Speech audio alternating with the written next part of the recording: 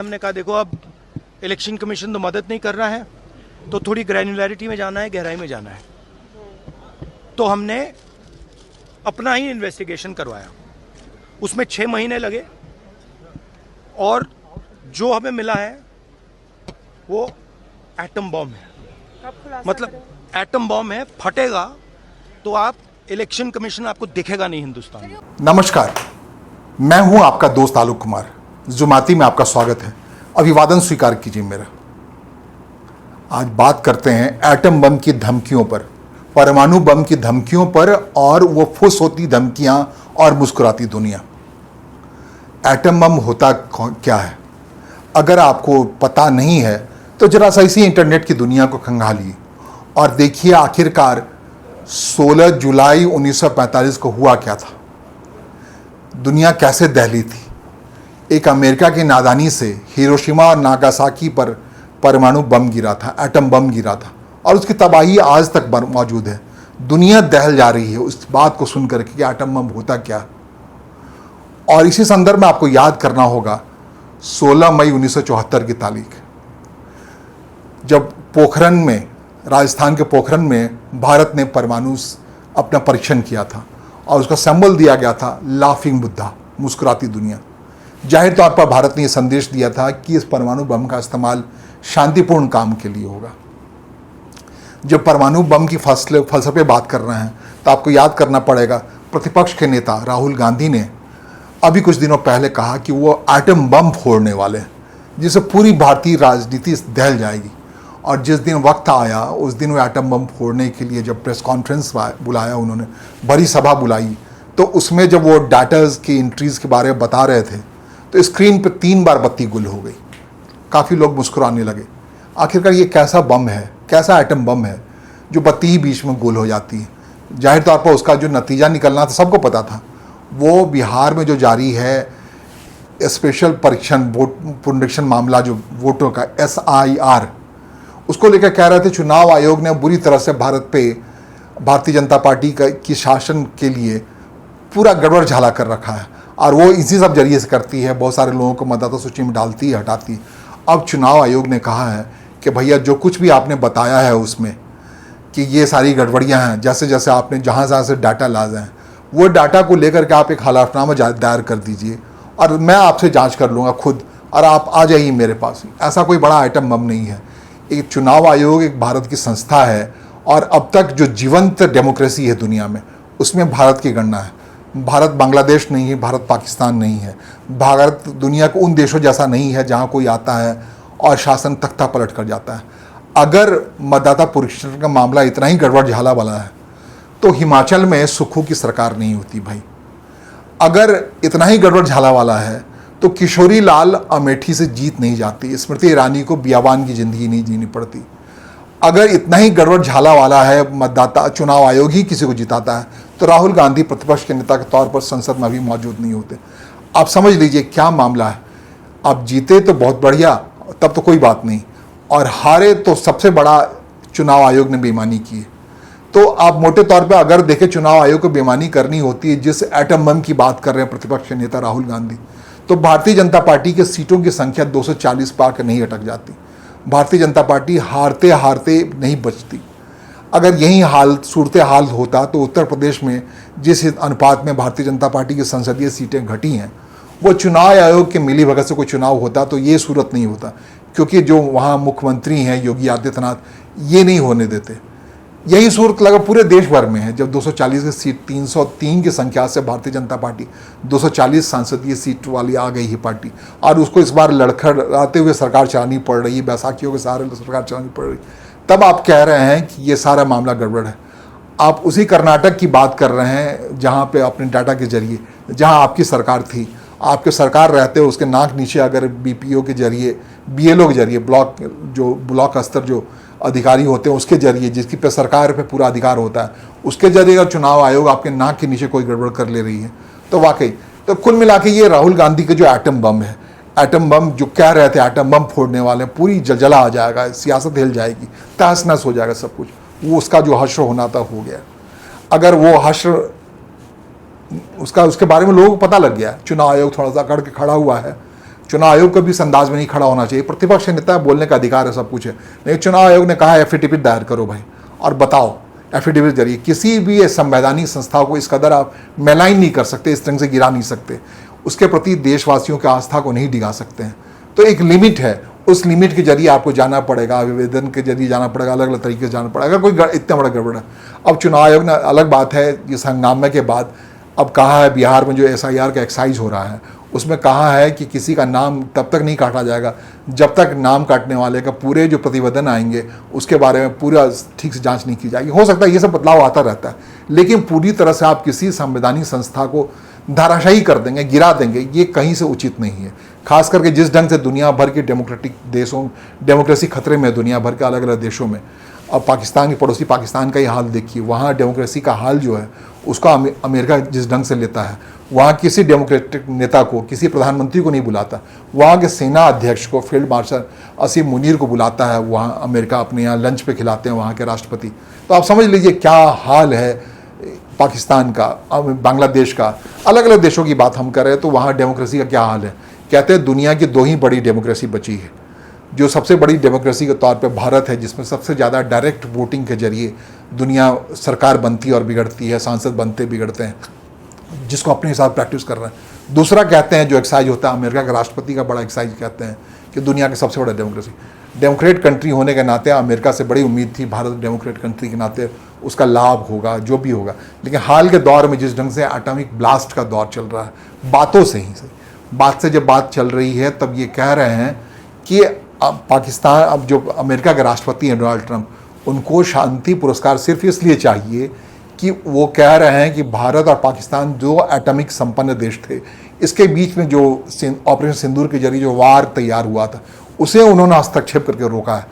असली खिसियाहट कहते हैं इसी बात को लेकर के है डोनाल्ड ट्रंप को, क्योंकि भारत की कबूलने को तैयार नहीं उनका ये झूठ कि हाँ उन्होंने हस्तक्षेप किया। हाँ ये जरूर हुआ कि भारत ने, जब अमेरिका के उपराष्ट्रपति वेंस साहब का फ़ोन आया प्रधानमंत्री नरेंद्र मोदी के पास, तो जो किनारा हिल्स है पाकिस्तान का, जो सरगोधा के पास है, वहाँ पे जाकर के हमला कर दिया, जिसके बारे में कहा था किनारा हिल्स में पाकिस्तान अब तक इस बात की गिदर भबकी देता रहता था, वो एटॉमिक संपन्न देश है, वो भारत के खिलाफ कार्रवाई कर सकता है। अभी भी उसके असीम मुनीर जो फील्ड मार्शल अमेरिका जाके उन्होंने कहा कि पाकिस्तान जो एटॉमिक संपन्न देश है वो कुछ भी कर सकता है। तो प्रधानमंत्री ने ऑपरेशन सिंदूर के बाद जो बड़ा बयान दिया, उन्होंने यही कहा कि कम से कम एटॉमिक ब्लैकमेलिंग का मामला खत्म हो गया। भारत ने उन जगहों पे जाके बम्बार्डिंग की जहाँ पे ऐसा पाकिस्तान बताता रहता था कि वो एटम बम छिपा के रखा है, सब कुछ रखा है।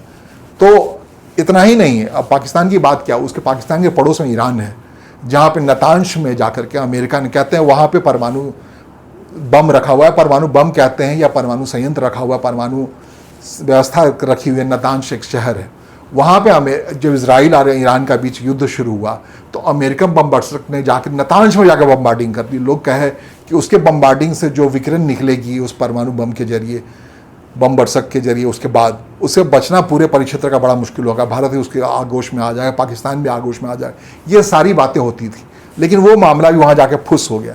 तो हाल के दिनों जो परमाणु बम की बात हो रही, परमाणु अटैक की बात, इसी ढंग से कह रहे हैं यूक्रेन और रसा वार को लेकर जो सबसे लंबा तक खींच गया है, उसमें कहते थे कि जिस दिन मन करेगा पुतिन को, वो अमेरिका जैसा उनका मिजाज बिगड़ेगा, हिरोशिमा नागासाकी जैसे वो जाकर के कीव पे जाकर बम्बार्डिंग कर देंगे, परमाणु गिरा देंगे। लेकिन नहीं, ऐसा नहीं हुआ। तो आप समझ सकते हैं ये जो सिंबॉलिक है परमाणु बम का, न राहुल गांधी चला पाए ठीक से, न डोनाल्ड ट्रंप चला पाए ईरान में जाकर के, न पाकिस्तान जो अब तक ब्लैकमेल करता रहा है परमाणु बम के जरिए, वो नहीं हो पा रहा है। तो इस सब के नतीजे क्या निकल रहे हैं? वही नतीजे निकल रहे हैं 16 मई 1974 को भारत ने पोखरण में किया था परमाणु परीक्षण, और उसका सिंबल दिया गया था लाफिंग बुद्धा। बुद्ध उसमें मुस्कुरा गए थे। बुद्ध शांति के दूत हैं, महात्मा बुद्ध की तस्वीर थी, अब मुस्कुरा रहे बुद्ध।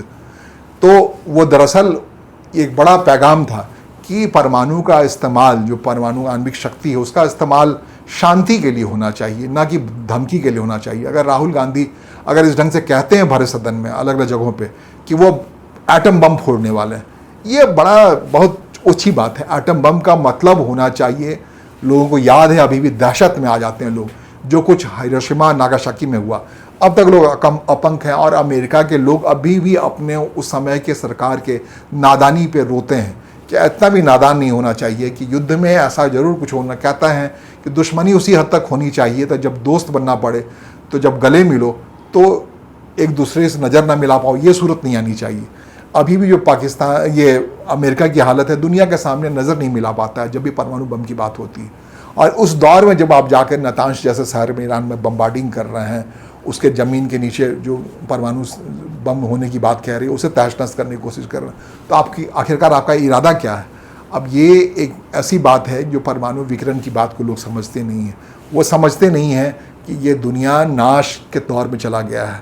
कहते हैं मोटे तौर पे जो परमाणु की बात होती है तो लोग कहते हैं कि ये दरअसल अपने सिर पे हाथ रखने वाले उस राक्षस की बात है।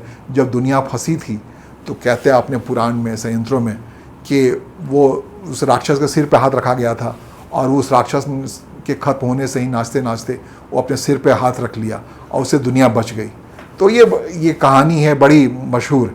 तो ऐसा ना हो कि ये परमाणु धमकी देते देते अब खुद दुनिया फंस जाए, जिस ढंग से राहुल गांधी जाके फंस गए हैं। चुनाव आयोग कह रहा है, जो संवैधानिक संस्था है, कह रहा है भैया आपको तो हलफनामा देना पड़ेगा। और चुनाव आयोग ये जाकर के सुप्रीम कोर्ट में भी कह रहा है कि राहुल गांधी हलफनामा दीजिए, जो संवैधानिक संस्था का इस ढंग से मानहानि कर रहे हैं। अगर चुनाव आयोग से लोगों का विश्वास उठ जाएगा तो फिर आखिरकार देश में डेमोक्रेसी को लेकर होगा क्या? ये खतरनाक मोड़ पे है। ऐसी बातें नहीं होनी चाहिए, नादानी भरी बातें नहीं होनी चाहिए। हाँ ठीक है, विपक्ष के नेता के तौर पे आप अपने लेवल विरोध करें, सब कुछ करें, यही हाल अमेरिका का है। उसको भी इन सब कामों से बचना चाहिए। अगर वो नतांश में जाकर बम्बार्डिंग करने का फैसला करता है ईरान और इजराइल के युद्ध के दौरान, तो उसके बाद वो कहते हैं जनाब कि मुझे शांति का दूत बता दो, मैंने परमाणु बम जाके वहाँ के परमाणु अड्डे पर जाकर, भंडार पर जाकर के बम गिरवाया है अपने मातहत रहते हुए, तो मुझे आप शांति का दूत बताओ, मुझे शांति का नोबेल पुरस्कार दे दो।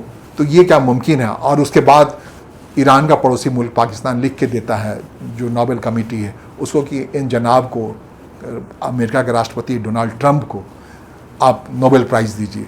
और ये सिफारिशी पत्र जाता है। डोनाल्ड ट्रंप भारत से भी वही सिफारिशी पत्र चाहते हैं।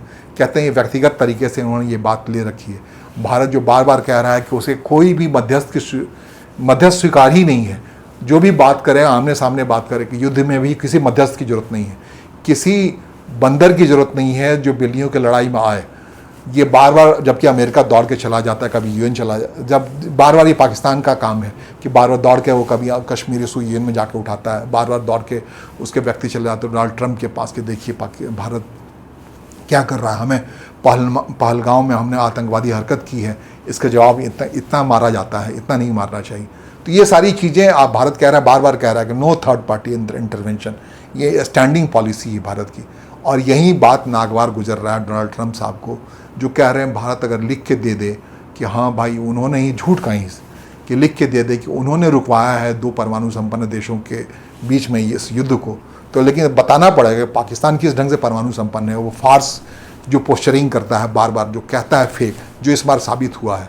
जा कर के उसके जो केनारा हिल्स पर जाकर जब भारतीय बम बरसाए हैं, उसको तहस नहस किया, तो सब कुछ दिखाया, ऐसा है नहीं कुछ। एक फेक पोजिशनिंग है पाकिस्तान की ओर से। भारत एक प्रोसेस के जरिए परमाणु संपन्न देश बना है, पाकिस्तान कहाँ से बन गया? अगर पाकिस्तान बना है तो अमेरिका, हो सकता है अमेरिका से वो चोरी छिपे बम लाया हो, वहाँ छिपाया गया हो, कोई तीसरा मुल्क हो या चीन लाया हो, वहाँ तक चोरी छिप लाया हो। तो ये सारी चीज़ें जब एक्सपोज होने की सूरत में आती हैं तो अमेरिका की ये घबराहट इस लिहाज से बड़ा। और इस बात को मैं यहाँ से विराम देता हूँ। जिस ढंग से अभी हालिया बयान आया है अमेरिका के राष्ट्रपति डोनाल्ड ट्रंप का, वो कह रहे हैं भारत में चिढ़े हुए हैं कि रेड कारपेट क्यों बिछा रहे हो रूस के प्रेसिडेंट पुतिन के लिए, इस बात से नाराज़ है और इसलिए कहते हैं कि हम भारत पे 100% टैरिफ लगा देंगे। तो क्या संप्रभुता से भारत इस कदर समझौता करेगा कि क्या वो किसको बुलाना है, किस अतिथि को बुलाना है, नहीं बुलाना है? इतना कमज़ोर है आज का भारत। क्या 140 करोड़ लोगों का देश इतना कमज़ोर है कि वो तय करेगा, अपनी संप्रभुता को गिरवी रख देगा किसी ऐसे चौधरी के हाथ में, और ताकि वो तय करे आप किसको बुलाओगे रेड कारपेट अपने घर में अतिथि के तौर पे? इतना कमज़ोर तो भारत नहीं है। कहीं ना कहीं कुछ ना कुछ डोनाल्ड ट्रंप को, अमेरिका को, भारत को समझने में दिक्कत हो रही है। देर सही, ईश्वर उनको नेक नीति दे और समझ आए। नमस्कार, धन्यवाद।